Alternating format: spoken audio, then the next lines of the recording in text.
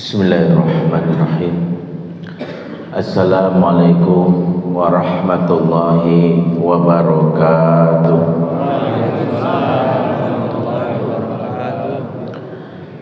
Innal hamdalillah nahmaduhu wa nasta'inuhu wa nastaghfiruh wa na'udzu billahi min syururi anfusina wa sayyiati a'malina.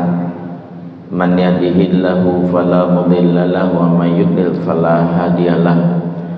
Asyhadu an la ilaha illallah wahdahu la syarikalah wa asyhadu anna Muhammadan abduhu wa rasuluhu alladzi la nabiyya ba'dah.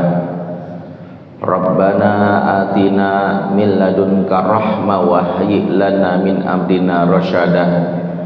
Rabbis shrah li sadri wa yassir li amri wahlul 'uqdatam min lisani yafqahu qawli wa ba'du. Ikhwatal iman, a'azakumullah jami'an. Para jamaah, bapak-bapak, ibu-ibu, calon bapak dan calon ibu, teman-teman pemuda, teman-teman remaja, adik-adik kecil, anak-anakku semua yang hadir membersamai di kesempatan pagi hari di bulan mulia ini. Saya berdoa buat kita semua, semoga Allah senantiasa memberkahi kita semua yang hadir, dan semoga kita bisa masuk surga bersama-sama semuanya. Amin ya rabbal alamin. Alhamdulillah, di pagi hari ini Allah izinkan kita di bulan mulia ini untuk bisa bersama-sama ada di rumah Allah. Salam bahagia saya khusus buat anak-anakku semua yang pagi ini masih terjaga bersama di masjid. Dan kita bahagia bagi orang tua yang anaknya sedari dini sudah punya kebiasaan bangun pagi. Bersyukurlah, karena sejatinya sejak kecil sang anak sudah mendapatkan doa dari Nabi. Doa spesial, doa yang kalau kita mendapatkan ini, kita termasuk orang-orang yang beruntung. Nabi berdoa khusus buat umatnya, Allahumma barik li ummati fi bukuriha. Ya Allah, berkahilah umatku di waktu pagi harinya. Bukur dalam bahasa Arab jamak dari kata bukroh, yang sebenarnya maknanya artinya perawan. Abu Bakar, Bakar itu pemilik onta yang masih perawan. Disebut bukur atau bukroh artinya masih belum terjamah, belum dirusak. Sebab udara pagi, waktu pagi ini udara yang nafas yang keluar, yang mengitari kita itu nafas orang-orang yang mulia, yang spesial. Sebab sebagian ulama mengartikan orang-orang munafik itu sulit untuk bangun di pagi hari, sehingga nafas yang beredar yang kita hirup, udara yang kita hirup itu udara yang segar, udara yang secara fisik menguatkan diri kita, dan secara psikis juga mempengaruhi jiwa kita. Makanya anak-anak kita ini di antara yang beruntung adalah yang terbiasa terjaga bangun pagi dan terjaga hingga waktu syuruk. Itu di antara anak-anak yang selamat dari pergaulan yang rusak. Saya dari tahun 2002 sebagai konselor anak dan remaja menangani 1.400-an anak bermasalah, mulai dari kecanduan narkoba, perilaku seksual menyimpang, free sex, kecanduan pornografi dan yang lainnya. Saya menyimpulkan anak bermasalah itu cirinya cuma dua. Ya, anak bermasalah itu cirinya cuma dua. Silakan, walaupun anak bapak ibu seorang penghafal Quran, kalau punya dua ciri ini bisa jadi dia bermasalah. Ciri pertama adalah susah bangun pagi. Jadi kalau susah bangun pagi, ada problem dalam jam biologis dia. Biasanya dia sudah berantakan sunatullahnya. Wa ja'alna al-laila libasa wa ja'alna an-nahara ma'asya. Kami jadikan malam sebagai pakaian alias untuk istirahat, siang kami jadikan untuk berpenghidupan alias beraktivitas. Orang yang punya masalah dengan bangun pagi biasanya kebalik, malam dia terjaga dan umumnya mencari spot sendirian, entah apa yang dilakukannya sendiri. Gara-gara itu dia susah bangun pagi. Ini ciri pertama, kita nggak bahas panjang. Ciri kedua anak bermasalah adalah lama di kamar mandi. Inna hadhil hasyusha muqtadarah, kata Nabi. Sesungguhnya toilet dan kamar mandi tempat yang paling banyak dikunjungi jin dan syaitan. Jadi markasnya setan itu ada di mana? Di toilet. Kalau anak kita berlama-lama di luar konteks buang hajat, problem, masalah itu. Dan itu sudah saya buktikan dari 1.400-an anak yang pernah kami tangani. Makanya bersyukurlah kalau kita di bulan Ramadan ini melakukan satu terapi memperbaiki perilaku generasi muda ini, apa? Mau bangun pagi dan terjaga sampai syuruk. Ini terapi. Dulu semua ulama kalau menterapi orang bermasalah dipaksa untuk bangun sebelum subuh, berangkat ke masjid dan terjaga sampai syuruk. Makanya alhamdulillah kita berdoa buat anak-anak kita di sini yang sudah mau berada di masjid kita. Kita doakan mereka menjadi anak yang soleh dan soleha, jadi pemimpin bagi orang-orang yang bertakwa. Rabbana hablana min azwajina wa zurriyatina qurrata a'yun waj'alna lil muttaqina imama. Rabbana hablana min ladunka dzurriatan thayyibatan wa minas sholihin innaka sami'ud du'a. Amin ya rabbal alamin. Udah doa berarti selesai ya. Mau lanjut? Lanjut. Jamaah yang dimuliakan Allah, pagi ini kita akan membahas sebuah tema sangat dasar, pertanyaan yang harusnya ditanyakan sebelum nikah. Sayangnya kita sebagian besar sudah 20 tahun 30 menikah belum bisa menjawab pertanyaan ini. Pertanyaan ini kalau bisa dijawab minimal mampu menyelesaikan setengah masalah pasutri. Sebab ketika ada istri bertanya sama suami selaku kepala keluarga, mau dibawa kemana keluarga kita, kemudian sebagian besar suami jawabnya sangat filosofis, ya mengalir bagai air. Maka saya selalu ingatkan, kalau jawabannya mengalir bagai air, maka kemungkinannya kalau ngalir ke sungai nggak masalah. Yang repot ngalir ke septic tank, ngalir ke selokan. Pertanyaan ini bukan pertanyaan yang saya buat-buat. Sebenarnya pertanyaan ini intisari dari apa yang Allah tanyakan dalam surat Al-Hasyr ayat 18. Allah berfirman, ya ayyuhalladzina amanu taqullaha wal tanzur nafsum ma qaddamat lighad. Hai orang-orang beriman, bertakwa kepada Allah dan hendaklah setiap diri memperhatikan apa yang akan dilakukannya di waktu hari esok. Dia tahu mau menuju kemana. Pertanyaan ini penting karena kalau kita nggak tahu mau menuju kemana, di dunia ini mau dibawa kemana keluarga kita, maka itu yang membuat banyak kegelisahan. Sebab biasanya orang itu gelisah, anggota keluarga gelisah kalau dibawa tapi nggak jelas tujuannya. Ibu pernah dibonceng suami, tahu-tahu naik motor, ketika ibu nanya mau kemana mas, udah ikut aja, muter-muter aja 1 jam. Kemana sih mas? Udah ikut aja lah. Ini nggak jelas berhenti di mana. Ini yang membuat kegelisahan. Makanya kalau nggak jelas membangun keluarga dengan pertanyaan ini, Maka kita dapati di Indonesia ini minimal ada 4 model keluarga karena menjalani keluarga tanpa arah yang jelas, yang disebut autopilot. Yang pertama, keluarga tipe terminal.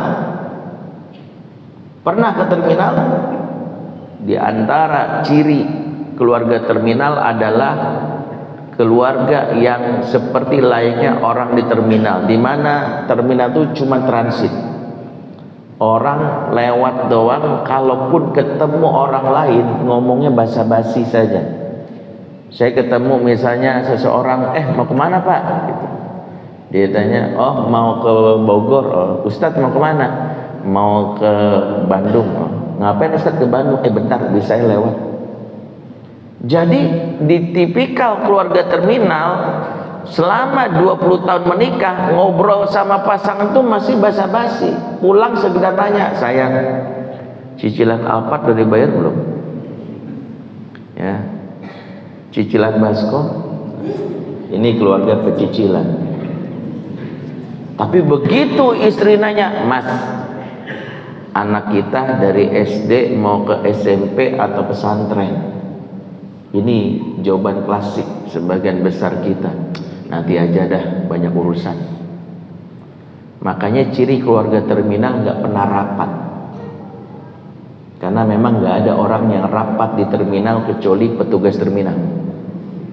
Makanya biasanya tahu udah masukin aja di sana, udah masukin di sana. Nggak jelas.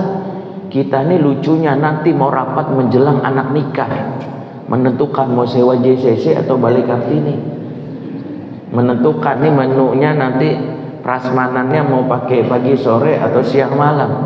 Akhirnya dipakai semuanya pagi sore siang malam. Jadi kita itu nggak pernah rapat. Jadi aneh. Sebagai kalau kita punya perusahaan rapat hampir setiap hari, menunjukkan serius sebagai seorang direktur CEO. Sampai anak pun nanya, rapat dulu bos. Gue nggak mau rugi. Gue udah invest di sini sampai 2 triliun. Masa iya gue biarin aja rapat? Wah, serius banget kita kalau punya perusahaan sampai rapat. Sebagai misalnya pengurus DKI masjid, setiap pekan rapat. Pokoknya malam Jumat rapat sama pengurus. Kita nih target Ramadan gini. Khusus untuk organisasi rapat rajin. Khusus untuk yang namanya perusahaan rapat rajin, tapi berkeluarga nggak pernah rapat. Sampai anak udahlah sana itu buka sekolah aja sana. Sampai nggak tahu tuh arahnya kemana. Ini keluarga tipe terminal. Ini sebagian besar banyak sekitar kita. Yang kedua, ada keluarga tipe kuburan. Ya, pernah ke kuburan? Lebih serem lagi. Ciri keluarga kuburan tuh ngomong itu nggak bisa seenak hati. Salah ngomong dikit, Pak Malik, jangan asal ngomong. Maka di keluarga kuburan nggak bisa itu obrolan itu nyaman. Dan ciri khas keluarga kuburan seperti orang di kuburan. Pernah nggak ke kuburan? Di kuburan orang itu ngobrol tuh biasa kita lihat di depan batu nisan. Dan orang kalau ngomong di depan batu nisan, ya pasti nggak mungkin direspon. Kalau direspon pasti kaget. Pernah? Misalnya ngomong sama almarhum bapak kita, semoga bapak diampuni dosanya, Pak, masukin ke surga. Tahu-tahu amin. Siapa tuh? Sama.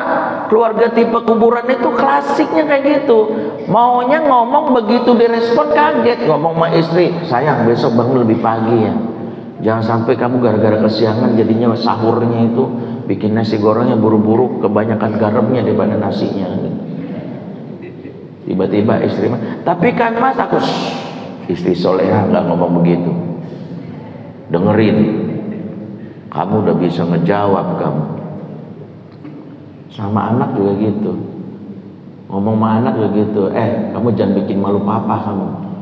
Papa ini lulusan ITB ya, IPK 4,5. Berdua sama temannya.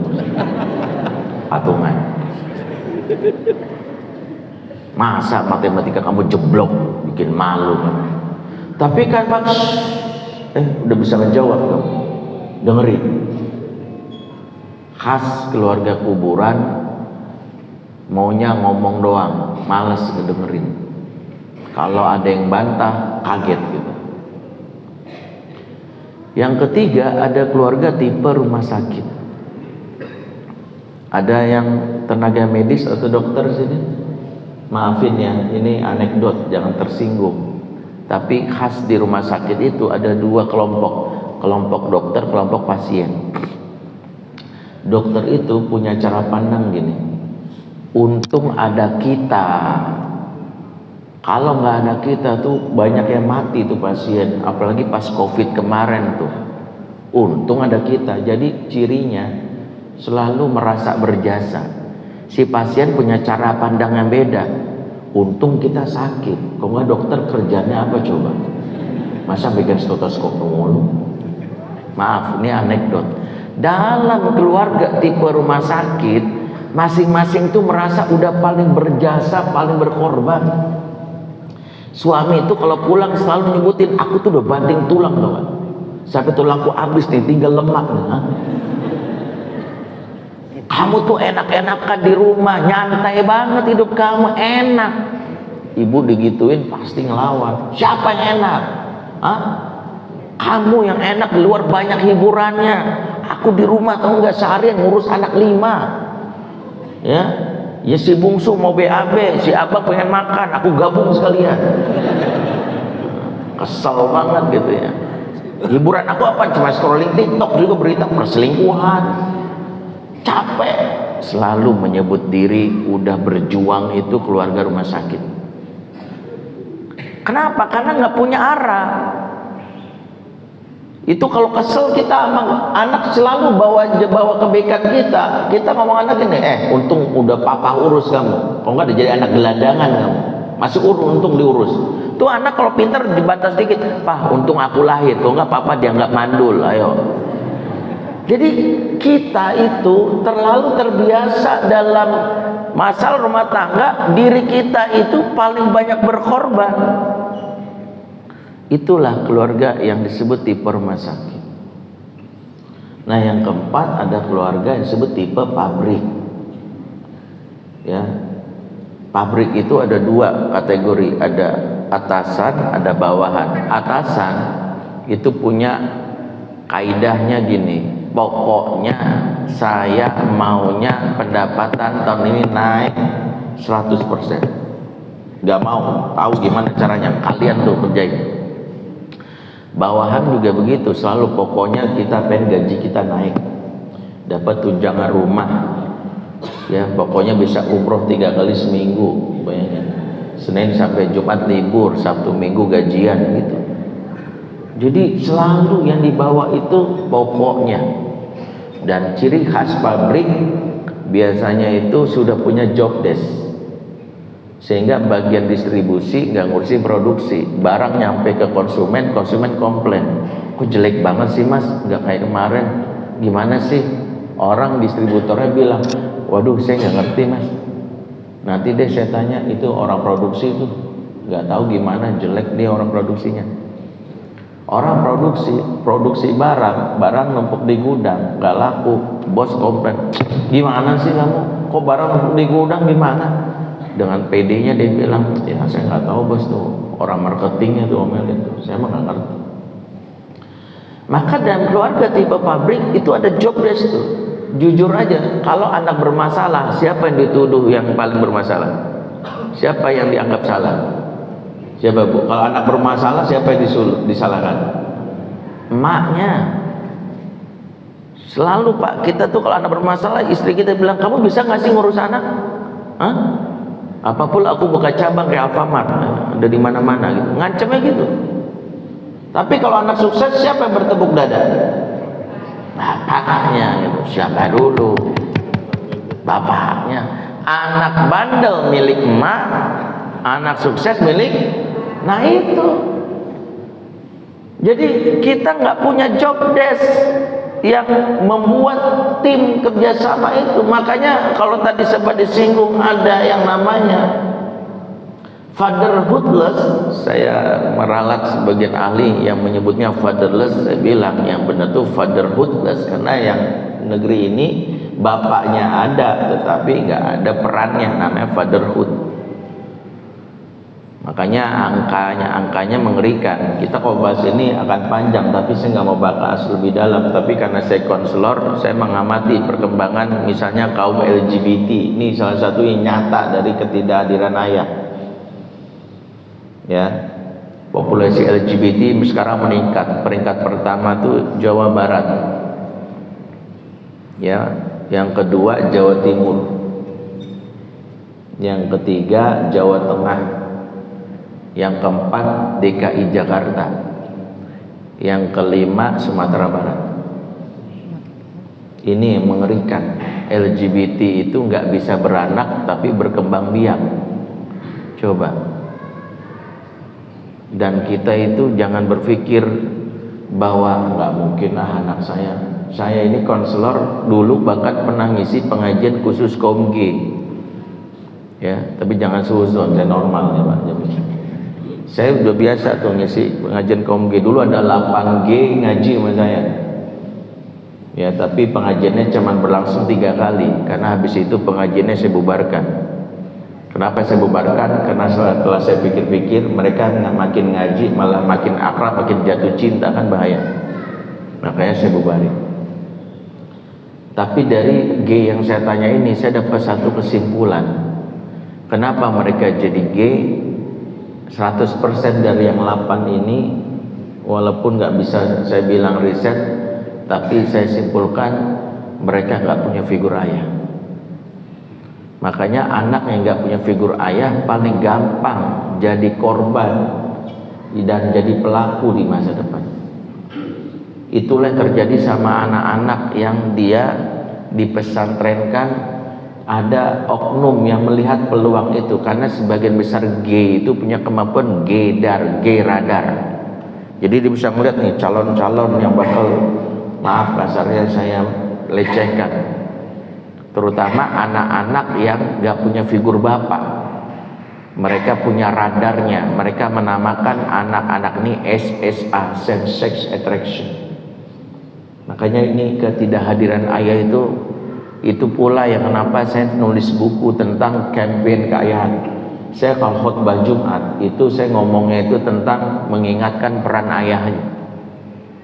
Karena saya meyakini majelis Jumat itu majelis para ayah, kaum laki-laki, tapi banyak tema-tema di Jumat itu jarang menyinggung tentang peran laki-lakian. Nah, ini masalahnya. Ya.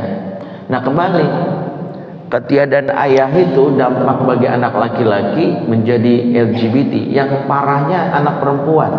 Data BKKBN menyebutkan 60% anak perempuan di Indonesia umur 16 sampai 17 tahun tidak lagi perawan.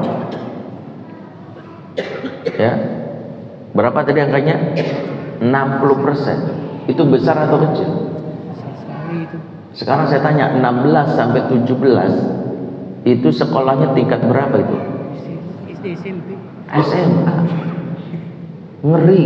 Data ini mau kita tolak BKKBN yang rilis, mau kita terima hati kita nggak siap. Sekarang data ini kalau kita bawa ke sekolah-sekolah terdekat yang SMA, kesimpulannya bikin kita nyesek. Di kelas ini ada berapa orang SMA? Ada 40 orang. Berapa perempuan? 20 perempuan. Berarti di kelas ini 12 orang udah nggak perawan ya. 60% kali 20, 12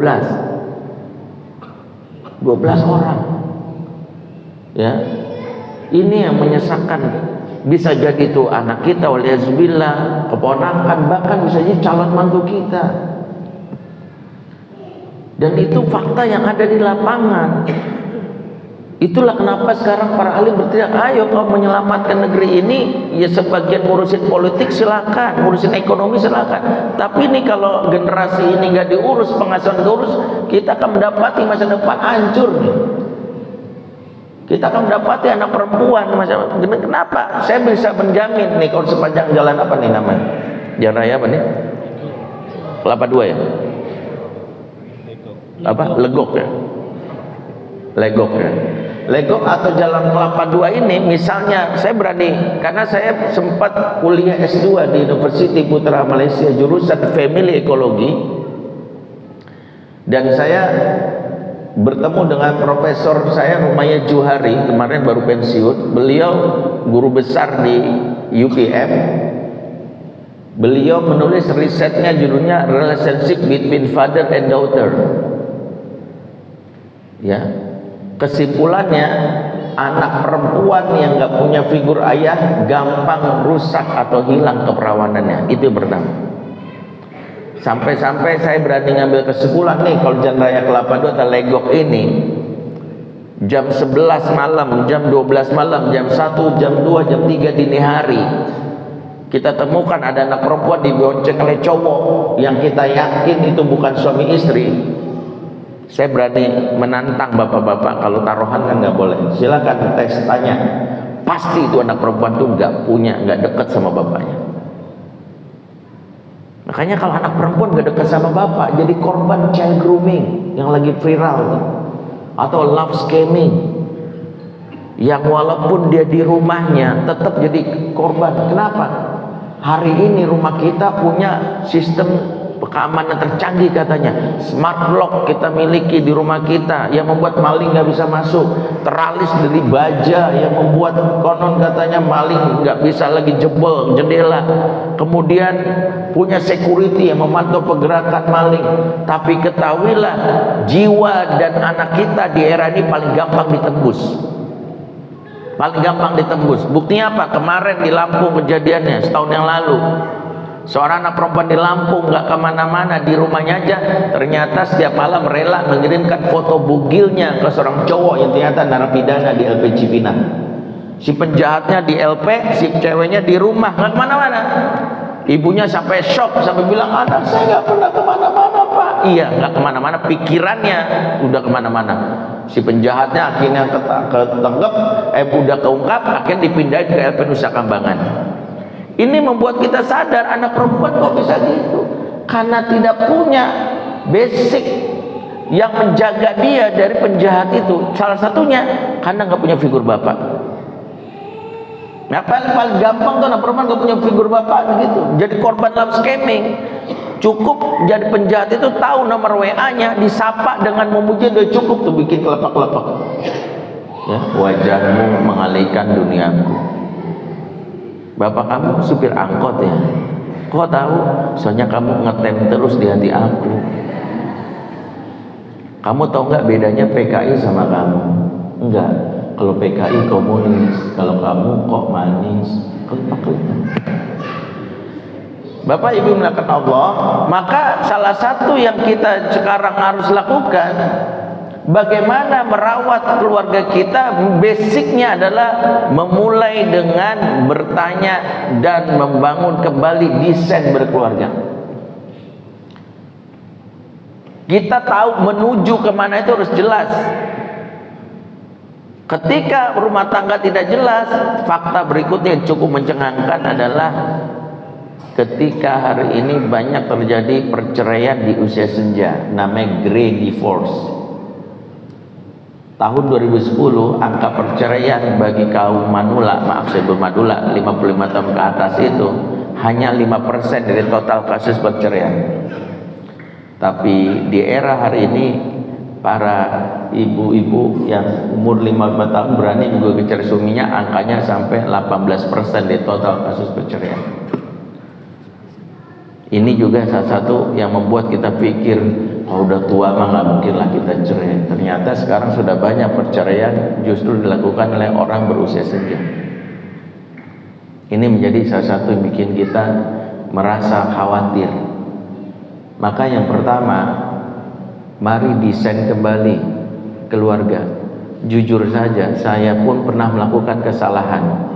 Dulu Pak, waktu awal nikah kita lebih sibuk mendesain rumah tinggal daripada mendesain rumah tangga. Yang kita desain itu rumah tinggal, sehingga diskusi awal nikah pastinya kita lebih sibuk desain rumahnya yang mau kayak gimana. Saya dulu istri saya bilang, Bi, nanti Abi kan punya tanah tuh Bi, kita bangun rumah nanti 3 lantai ya Bi, kita undang arsitek, kok perlu nanti ada taman bacanya, ada kolam renangnya, kok perlu nanti yang kita bikin tamannya. Saya bilang sama istri, Mi, tanah Habib cuma 60 meter. Tapi kan kita bisa minta arsitek bikinin, ya udah. Arsitek kita undang, desain interior, itu desain dalam rumah tinggal. Tapi kita nggak punya desain dalam rumah tangga. Kita tuh nggak mau tahu arah rumah tangga kita tuh kemana. Kalau istilah para ahli nggak punya roadmap, nggak punya roadmap, sehingga kita nggak tahu membangun rumah tangga tuh kayak gimana. Akibatnya, ingat, kalau kita ingin melakukan sesuatu, tetapkan dulu target desainnya mau gimana. Target itu atau tujuan itu menentukan perjalanan rumah tangga. Orang tuh kalau nggak punya target atau tujuan yang jelas, kemungkinannya dua. Satu, mudah menyerah saat diuji. Saya misalnya rumah di Tangerang sini, mau ke Jakarta. Ustadz, ngapain di Jakarta? Ya iseng aja, kali aja ada yang asik-asik. Begitu saya nyampe di daerah misalnya, ya di Bintaro misalnya, tiba-tiba banjir, hujan, macet. Maka saya balik arah. Ditanya, kok nggak jadi, Ustaz? Males ah. Ada orang kalau nggak punya target, nggak jelas mau ngapain, biasanya mudah menyerah. Yang kedua, orang kalau nggak jelas target dan tujuannya, kemungkinannya adalah gampang ke distract. Apa ke distract nama lainnya? Gampang teralihkan. Saya dari Tangerang ini menuju Jakarta, di tengah jalan ketemu salah satu jamaah nawarin, Ustaz, mampir yuk ke restoran saya, gratis deh buat Ustaz, semuanya menunya nih enak-enak semua. Saya karena nggak jelas mau ke Jakarta, saya gampang ke distract. Begitulah rumah tangga kalau nggak jelas. Makanya suami nggak tahu arahnya, uangnya bertambah, yang dipikirin nikah lagi. Karena nggak tahu arah yang mana, uang udah banyak, anak udah kuliah semua, ya udahlah, mendingan cari bini baru. Karena dia nggak tahu mau melakukan apa dalam hidup itu untuk keluarganya. Maka itulah yang menjadi dasar mengapa rusaknya keluarga dimulai dari kegagalan membangun desain. Bagaimana Ustadz desain dari rumah tangga? Karena waktu terbatas, saya cukup bahas satu ayat yang mengingatkan tentang desain rumah tangga. Dari ayat ini kita tahu roadmap yang Allah inginkan kita dan berkeluarga. Ayatnya sering kita dengar karena doanya sering kita lafazkan, yaitu surat Al-Furqan ayat 74. Allah berfirman, walladzina yaquluna rabbana hab lana min azwajina wa dzurriyyatina qurrata a'yun waj'alna lil muttaqina imama. Dan orang-orang yang berkata, ya Allah, karuniakanlah dari pasangan kami dan juga keturunan kami qurrata a'yun, dan jadikanlah kami pemimpin bagi orang-orang yang bertakwa. Ayat ini kalau kita mau dalami, tapi nggak mungkin saya bahas lebih dalam, itu sebenarnya rangkaian dari firman Allah dari surat Al-Furqan ayat 63. Jadi untuk memahami ayat ini harusnya dari Al-Furqan 63, karena dari ayat 63 itu Allah bercerita tentang hambanya yang istimewa yang disebut ibadur rahman. Ibad itu jamak dari kata abdu, nama dari makhluk yang Allah ciptakan. Abdu itu artinya budak, suruhan. Kata para ulama, jika sebuah nama makhluk disematkan nama Allah di sampingnya, maka makhluk itu menjadi istimewa. Contoh, bait itu rumah. Tapi kalau disematkan nama Allah Baitullah, maka dia menjadi istimewa, rumah Allah. Ka'bah itu disebut Baitullah, maka dia menjadi istimewa. Khalil itu besti atau kekasih. Begitu Allah sematkan Khalilullah kepada siapa? Ibrahim, maka dia menjadi istimewa dibandingkan makhluk yang lain. Maka budak itu makhluk, tapi budak Allah atau ibadur rahman itu menjadi istimewa.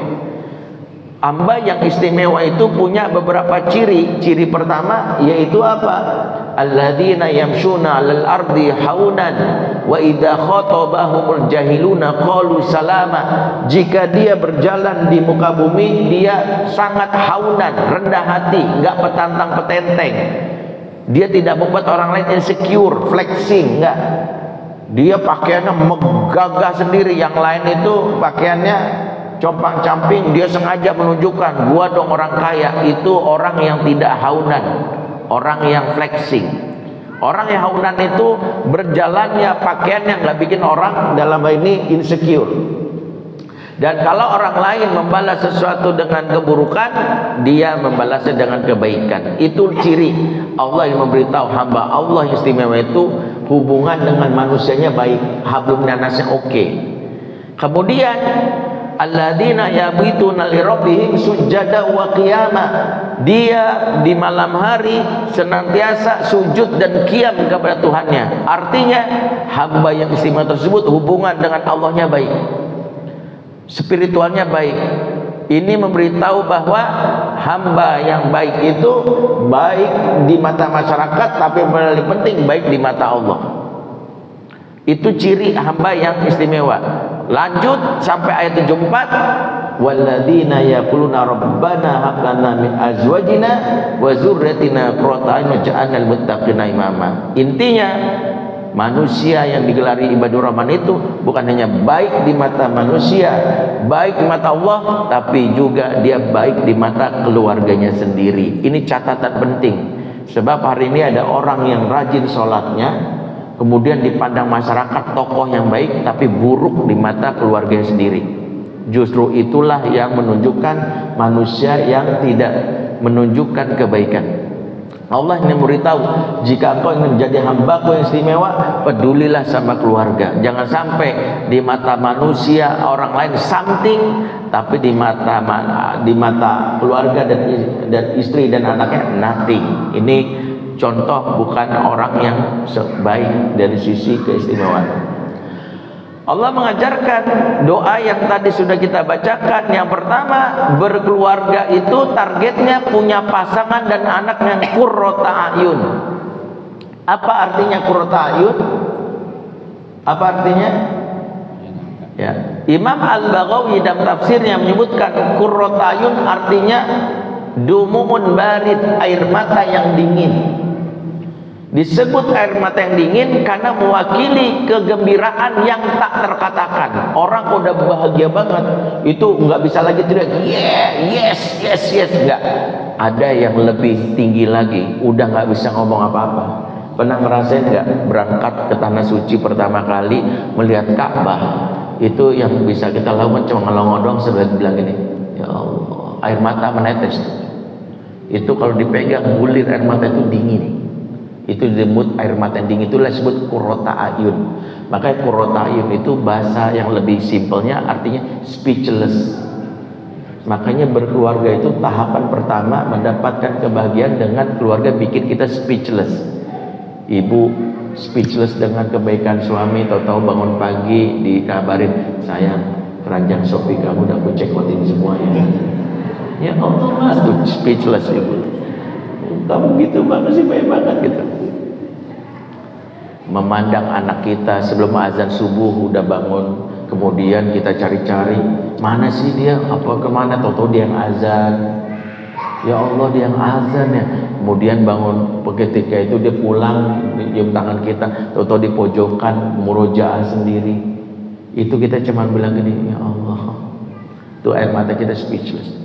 Itulah yang disebut qurrata a'yun. Lawannya qurrata a'yun kata Imam Al-Baghawi adalah suhnata a'yun. Suhna itu artinya dumun har, air mata yang hangat, mewakili gambaran kecewa yang tertahan, amarah, kesel.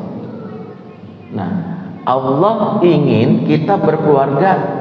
Desain pertama adalah menjadikan keluarga itu memberikan dampak bagi kita rasa nyaman lewat perilaku anggota keluarga. Disinilah para ulama menyimpulkan tahapan pertama berkeluarga adalah al-maskan. Apa itu al-maskan? Menjadikan rumah tempat yang menyenangkan. Bukan karena desainnya, jangan salah. Rumah kita boleh jadi sempit, tapi suasananya terasa mewah. Sebab hari ini banyak rumah didesain mewah secara bangunan, tipe Eropa, luas 1000 meter, tapi hati kita terasa sempit. Apa buktinya? Anak malas pulang. Saya nongkrong waktu dulu tahun 2011 di beberapa kafe dulu untuk melakukan riset sama anak remaja. Dulu saya nongkrongnya di 7-Eleven di daerah Pancoran. Setiap jam 11 malam sampai jam 5 pagi saya nemenin anak-anak remaja di sana. Saya ketemu sama anak-anak yang saya pikir kenapa sih betah banget nongkrong. Saya pikir nih anak yang gak punya rumah, ternyata maaf, anak orang kaya. Bapaknya ada pengusaha ternama, ibunya ada yang dokter, tapi nggak betah pulang. Jawabannya males, enakan di sini, asik. Berarti bagi dia rumah itu sekedar house not home. Dia punya rumah desainnya bangun fisik, tapi nggak merasa punya keluarga. Itu yang terjadi hari ini. Maka yang kita pahami, desain pertama memastikan rumah kita boleh kontrak. Bisa jadi rumah kita KPR, tapi terasa mewah karena adanya rasa bahagia yang tercipta, suasana keakraban. Berarti desain pertama ingin berkeluarga, memastikan awal nikah 5 tahun pertama bari jangan sibukkan mendesain rumah tinggal, tapi desain rumah tangga gimana caranya makin dekat, makin terkoneksi. Sekarang rumah tangga hari ini serumah tapi tak sejiwa, bersama tapi tak terkoneksi, berkumpul tapi tak terhubung. Bapak ada di ruang tengah lagi jalan mengerjain tugas kantor, istri di ruang sebelah lagi nonton drakor terbaru season 2. Sementara anak ada di kamar lagi main Roblox atau Mobile Legend. Bayangin, di rumah saja mereka serumah tapi nggak terkoneksi. Bahkan ada sebuah keluarga, mohon maaf, di rumahnya sendiri ngobrol sama anggota yang lain pakai WA. Si bapak nyapa anak di kamar, nak makan nak yuk. Anaknya balas pakai WA, udah pak baru aja di download, makan aja di download. Nah, konsep pertama berkeluarga itu ada al-maskan, tapi Allah menjelaskan di sambungan ayatnya, waj'alna lil muttaqina imama, dan jadikanlah kami pemimpin orang-orang yang bertakwa. Allah tak ingin engkau berkeluarga cuman untuk kesenanganmu, engkau mendapatkan ketenangan. Bagi kita berkeluarga adalah berikan yang terbaik buat umat, bantu supaya keluarga itu punya kontribusi dalam peradaban. Dari sinilah para ulama menyimpulkan berkeluarga itu ujung-ujungnya menjadikan keluarga sebagai al-markaz. Apa itu al-markaz? Pusat pergerakan. Diskusi suami istri dan anak bukan lagi tentang besok mau liburan kemana, besok mau makan di mana, tapi sudah mikirinnya gini, kalau anak kita udah remaja, apa yang kita bisa lakukan untuk umat. Keren itu. Makanya Allah jadikan 2 contoh keluarga dalam Al-Quran sebagai keluarga terbaik. Dalam surah Al-Imran 33, innallaha astafa Adama wa Nuha wa ala Ibrahim wa ala Imran 'alal alamin. Allah memilih Adam, memilih Nuh, memilih keluarga Ibrahim dan keluarga Imran atas segala umat. Ya, kalau dibahas ayat ini tafsirnya panjang, tapi saya simpel mengatakan di sini Allah sebutkan contoh 2 orang tak disebut keluarganya, yaitu Adam dan Nuh, tapi 2 yang lain disebut keluarganya. Ini ada rahasianya. Kenapa Adam tidak disebut ala Adam? Kenapa Nuh tidak disebut ala Nuh? Tapi Allah puji dia. Tapi khusus Ibrahim dan Imran disebut ala Ibrahim wa ala Imran. Berarti kalau kita pengen jadi keluarga terbaik, contohlah Ibrahim dan Imran. Salah satu kesimpulan para ulama, nggak mungkin saya bahas lebih panjang lagi, Ibrahim dan Imran contoh keluarga yang mereka memiliki kontribusi untuk umat. Dimulai dari Ibrahim yang mengajak istri anaknya membangun Ka'bah. Ka'bah itu warisan legasi yang diwariskan dari keluarga Ibrahim. Sementara Imran bentuk legasinya adalah merawat Baitul Maqdis, karena setelah Imran wafat anaknya Maryam dirawat dan disuruh jadi marbot di Baitul Muqaddas atau Baitul Maqdis, dibimbing oleh pamannya Nabi Zakaria salam. Sementara ibunya Hana yang setiap saat mensupport, memberikan bantuan untuk anaknya. Sekeluarga punya kontribusi melakukan proyek untuk masyarakat. Maka kita dapat berkeluarga desain pertama sebagai al-maskan, ujung-ujungnya al-markas, di mana al-markas itu suami istri sudah merencanakan sebut proyek husnul khotimah. Kalau kita nggak punya proyek husnul khotimah, berkeluarga gitu-gitu aja, sekedar menghabiskan masa tua setelah pensiun, nimang anak cucu, nonton Netflix, jalan-jalan keliling Eropa, tapi cuma nunggu datangnya maut aja, nggak berpikir buat apa kita hidup itu. Maka maskan, markas, penghubung antara maskan dan markas namanya madrasah. Karena nggak mungkin anak bisa mewariskan apa yang kita pikirkan kalau nggak ada pembelajaran di rumah itu dari bapak dan ibunya. Dari sinilah para ulama menyimpulkan setidaknya ada 3 jenjang yang harus dilalui dalam mendesain keluarga itu. 1, al-maskan. Pastikan kita berkeluarga itu membuat keluarga itu aman, tenang dan menyenangkan. Kemudian madrasah, bapaknya ustadz, ibunya ustazah, tapi nggak pernah memiliki kesempatan mewariskan nilai ke anaknya. Wajar bapaknya udah sepuh, anaknya diminta jadi kepala pesantren, ogah, karena anaknya bilang aku nggak punya bakat situ, aku maunya mah jadi pemusik. Disitulah bapaknya bingung, siapa yang mewariskan saya, karena madrasah di rumah tersebut tidak berjalan. Terakhir al-markas. Dari masing-masing item ini kalau dibedah, maskan butuh 20 kali pertemuan, madrasah butuh 14 kali pertemuan, dan al-markas butuh 5 kali pertemuan. Jadi pembahasan tentang desain berkeluarga ini sejatinya kurikulumnya sangat luas dan panjang yang ada dalam Al-Quran. Kesimpulannya, karena ini bisa jadi belum tentu juga saya ngisi kajian di sini, mulailah dengan hal yang sederhana. Di mana hal yang sederhana itu, mulailah berbicara dengan pasangan, mau dibawa kemana keluarga kita ini. Setidaknya kita tahu di akhir kehidupan kita itu masa tuanya mau yang gimana. Sekedar di kamar sambil nonton Netflix berdua pasangan, atau keliling, atau berikan kontribusi buat umat. Kontribusi buat umat itu nggak mesti kita yang jadi penggerak dakwah, tapi nempel, nebeng kepada penggerak dakwah pun juga bagian dari kontribusi buat umat. Waktu tahun 2023 saya bimbing haji, salah satu jamaah haji kami itu seorang jenderal yang mau pensiun. Dia bersama istrinya, kalau nggak salah istrinya itu dulu pernah kerja di sebuah bank terbesar, bank di pemerintah gitu ya. Pas haji itu dia dapat insight pensiun mau ngapain, sampai akhirnya dia mendaftarkan diri ke sebuah pesantren, berkhidmat mengelola pesantren tersebut dengan ilmu manajemen yang dia miliki. Dia nggak ingin dibayar, cuman minta kalau saya wafat boleh nggak dikubur di samping pesantren.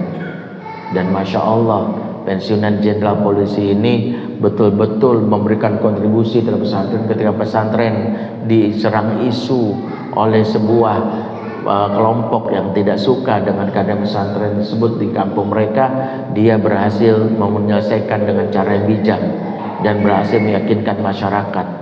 Para pemudir pesantren itu berterima kasih, dan dia bilang, saya sudah sama istri bertekad, saya nggak mau masa tua saya diisi cuman untuk bersenang-senang, saya harus mewariskan sesuatu buat anak saya. Dan saya izinkan saya Ustadz mengabdi sampai mati di pesantren ini. Dia mengelola pesantren tersebut sebagai manajemen. Dia setiap harinya itikaf di masjid pesantren. Dia dan istrinya bahkan sudah mulai mengikuti program tahfiz yang dulu nggak masuk logika dia, sekarang hafalan bapak ini kemarin kami dengar dari yang 2023 dia hafalnya saking ikhlasnya cuman baca surat Al-Ikhlas kata orang, sekarang hafalannya sudah sekitar 20 juz. Dan dia mohon doa, setiap selesai mohon doa, sampai dia bilang sama salah satu pesantren, Ustadz boleh nggak tanah yang sana saya beli, saya nggak mau itu dikeluarkan, saya beli tanahnya sekitar ada 5 kali 5 meter buat kuburan dia dan istrinya suatu saat. Dan bagi saya bapak ini telah berhasil memaknai bahwa berkeluarga itu tidak cuman urusan yang penting menikah, tapi dia tahu ujung dari pernikahannya kemana dia membawa. Mudah-mudahan kita semua termasuk yang punya desain seperti itu, mulai dari al-maskan, al-madrasah sampai ujungnya al-markaz. Aku lupa lihat, fastaghfirullahaladzim. Wassalamualaikum warahmatullahi wabarakatuh. Waalaikumsalam warahmatullahi wabarakatuh. Baik, Ustadz izin bertanya dulu. Apakah dikasih kesempatan untuk tanya jawab untuk para jamaah? Boleh. Baik, para jamaah sekalian, sebelum kita lanjutkan dengan tanya jawab, terlebih dahulu kami informasikan bahwa di Serambi sebelah kanan ada beberapa koleksi buku-buku karya Ustadz Bendi. Jadi bagi para jamaah yang ingin baca-baca, yang ingin atau sekalian mau beli buat koleksi buku pribadinya di rumah, boleh dipersilahkan nanti sekarang ataupun usai kajian nanti bisa mengunjungi booth atau meja yang ada di Serambi sebelah kanan untuk melihat-lihat dulu koleksi buku karya Ustadz Bendi. Baik, untuk sesi selanjutnya kita buka sesi pertanyaan bagi Bapak dan Ibu sekalian. Mungkin dari Bapak-bapaknya dulu ada yang mau menyampaikan pertanyaan untuk Ustadz Bendi, untuk Ustadz Bendri. Kira-kira boleh mengacungkan tangan yang mau? Siapa? Oh ya.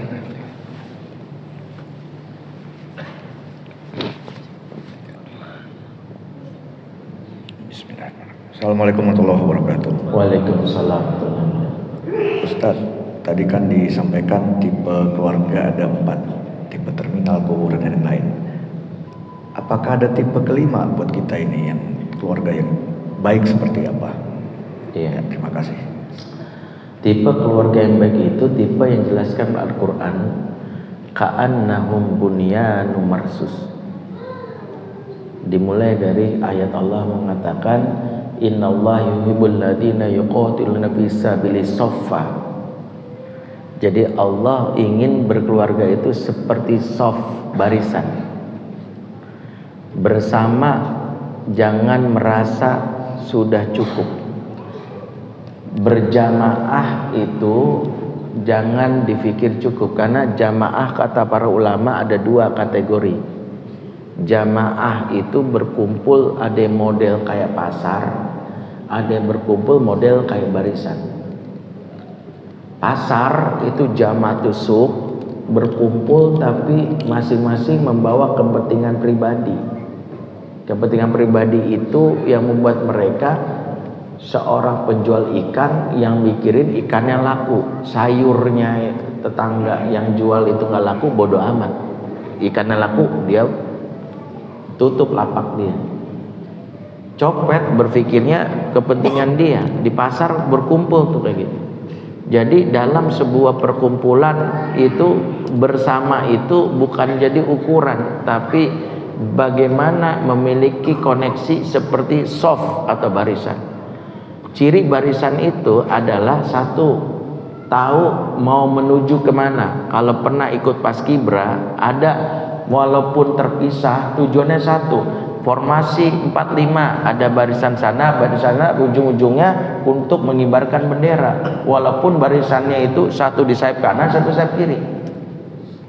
Yang kedua, yang namanya barisan itu ada sebuah instruksi yang menjadi komandannya, jadi dia tahu. Yang namanya barisan itu begitu, siapa yang membuat desainnya itu. Itulah kenapa keluarga model barisan itu bapak itu yang menjadi arrangernya. sehingga tahu anak kemana, istri kemana, bapak tahu arahnya kemana.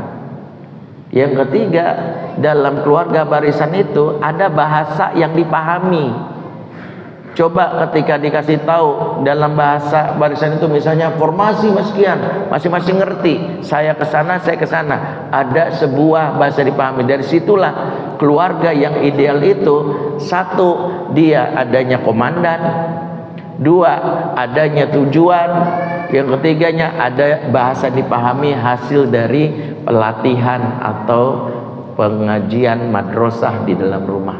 Sehingga kalau kita ngomong sama anak bilang, emang wajib pakai jilbab? Lah, masih bertanya wajib pakai jilbab bagi anak perempuan, berarti ada problem sampai madrasah rumah itu nggak berjalan. Sampai emang kenapa sih kita nggak LGBT harus kita musuhin? Kan dia ini juga. Lah, ada anak yang ngomong kayak gitu, berarti ada problem. Bapaknya sibuk dakwah keluar, tapi anaknya sampai nggak paham tentang beberapa nilai, berarti ada masalah dalam pengkajian dan transfer nilai. Wallahu a'lam bishawab. Baik, terima kasih Pak atas pertanyaannya. Untuk jemaah yang lain di sebelah sana tadi sudah ada yang bertanya. Jadi kan bertanya apa?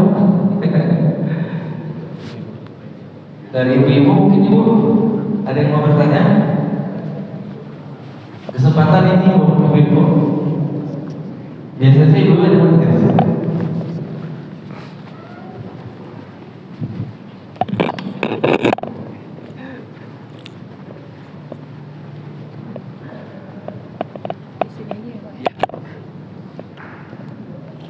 Assalamualaikum.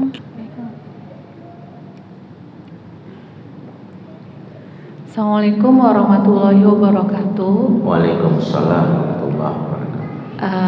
Langsung aja Ustadz, kami dari DKM Khairul Rozikin adalah salah satu pengurus remaja masjid, pembina remaja masjid di sini.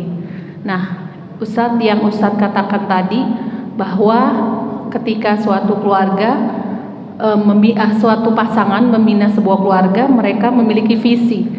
Artinya kan sebenarnya itu berawal dari anak-anak yang memang sudah memiliki visi di awal mereka sebelum berkeluarga gitu Ustaz. Nah, bolehkah Ustaz memberikan pesan kepada kami bagaimana membina anak-anak remaja masjid dengan tantangan zaman yang luar biasa, dan apalagi dengan kondisi orang tua yang bisa jadi menghendaki anak remaja itu harusnya seperti ini. Sedangkan kami posisinya sebagai pembina remaja masjid hanya bisa di tengah-tengah. Kami tidak bisa memaksa, tapi kami juga tidak bisa membiarkan. Kami hanya mendampingi untuk terus anak-anak ini mencari jati diri yang baik gitu Ustaz. Boleh Ustaz kasih pesan kepada kami? Terima kasih Ustaz. Yang ibu tanyakan itu satu kali seminar. Jadi gini ya, ada sebuah buku yang meluruskan cara pandang kita tentang remaja. Penulisnya Dr. Khalid Ahmad Asyantut, asal Kuwait, pakar pendidikan dari Timur Tengah. Beliau nulis kitab Dunia Tarbiyatus Syabab bil Muslim lil Aba wa Du'an. Saya bahas singkat ya. Beliau mengkritisi definisi remaja yang hari ini sudah kadung muncul di kepala kita. Saya kalau lakukan survei satu-satu tentang remaja, mungkin definisinya seperti yang disebutkan oleh apa yang ada di buku tersebut. Beliau mengkritisi definisi remaja yang kadung populer berdasarkan jurnal ilmiah seorang penulis di psikolog di Amerika namanya Dr. Granville Stanley Hall.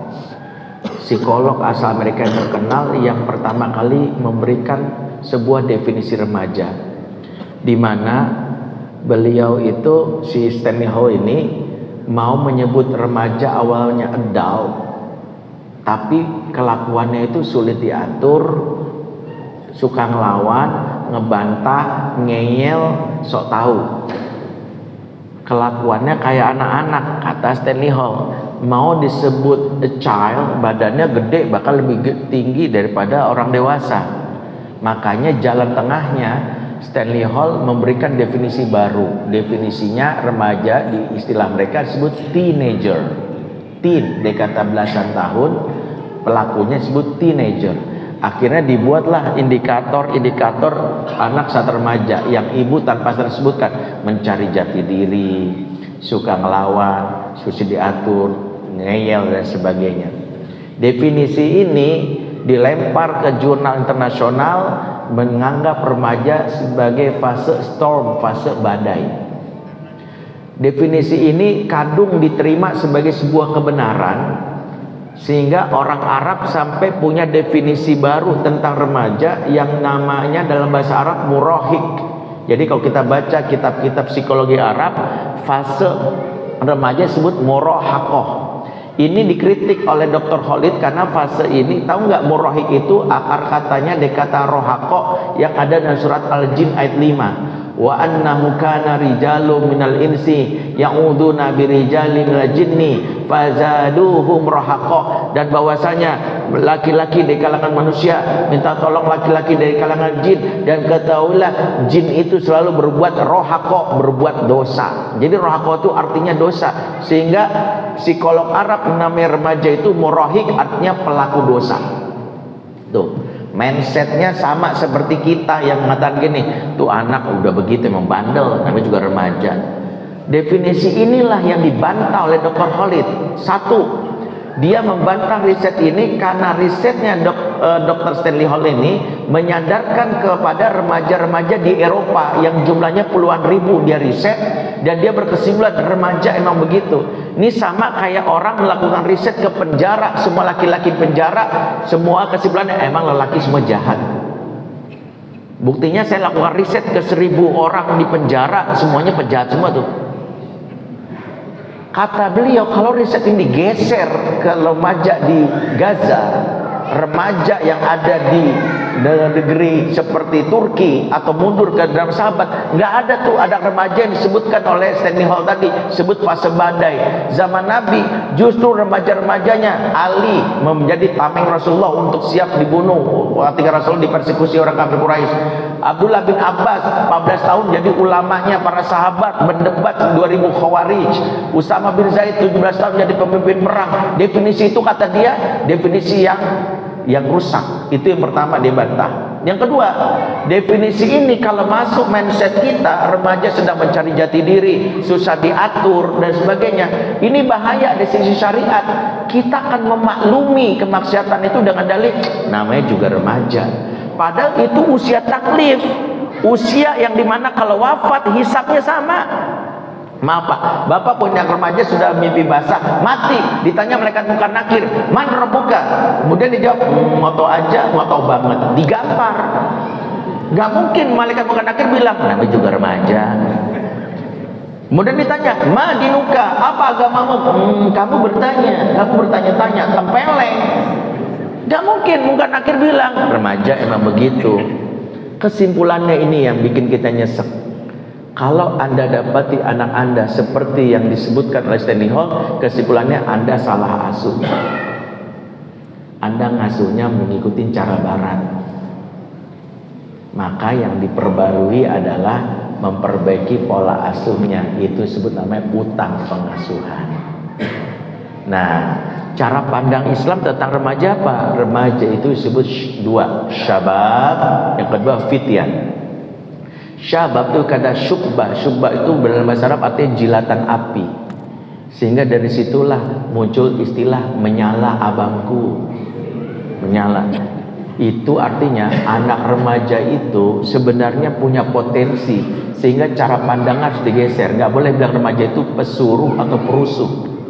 Ciri anak orang tua sekarang kalau menandang remaja itu pesuruh, baru datang angkat lekar, ambilin itu, susah banget, itu tuh pesuruh. Atau kedua perusuh, ya resen. Di masa Nabi remaja itu dilibatkan sehingga mereka bukan lagi dinasehatin. Makanya teknik remaja itu bukan nasihat tapi thinking skill. Tekniknya enggak jadi preacher tapi jadi coach. Enggak jadi contoh sederhana. Ini satu contoh dari sekian hadis-hadis tentang Nabi mentreatment remaja. Ada seorang remaja ngadu, "Ya Rasulullah, boleh nggak saya zina?" Kalau kita langsung keluar ayat, Allah berfirman dalam Quran, "Auzubillahi minasyaitonirrajim, wala taqrabu zina." Itu kalau kita, Nabi langsung naik gini. Kalau ibu kamu dizinahi gimana? Nabi itu di belakangnya ayat, tapi nggak langsung keluar dalil ketika ada remaja melakukan dosa. Kok kita seneng banget keluarin dalil? Astagfirullahaladzim, auzubillahi minasyaitonirrajim, keluar dalil. Sama anak pikir ya, gua diruqyah nih. Nabi nggak gitu. Kalau ibu kamu dizinahi gimana? Ya saya nggak mau. Kalau adik perempuan kamu zinahi, saya juga nggak mau. Kalau misalnya kamu punya istri yang tadi zinahi, saya juga nggak mau. Orang lain juga kayaknya nggak mau deh. Kalau itu yang disebut namanya thinking skill. Yang kedua, Nabi ngajarin konasihati remaja bukan dengan langsung, dengan doa. Namanya doa jaharkan. Allahumma gfir zanbahu wa hasin farjahu wa tahhir qalbahu. Makanya konasihati remaja gini, boleh nggak abang, boleh nggak mamah nak doain kamu? Boleh mah, ya Allah, jadikanlah anakku menjaga kehormatan dirinya di luar. Berarti lagi nasihatin tuh.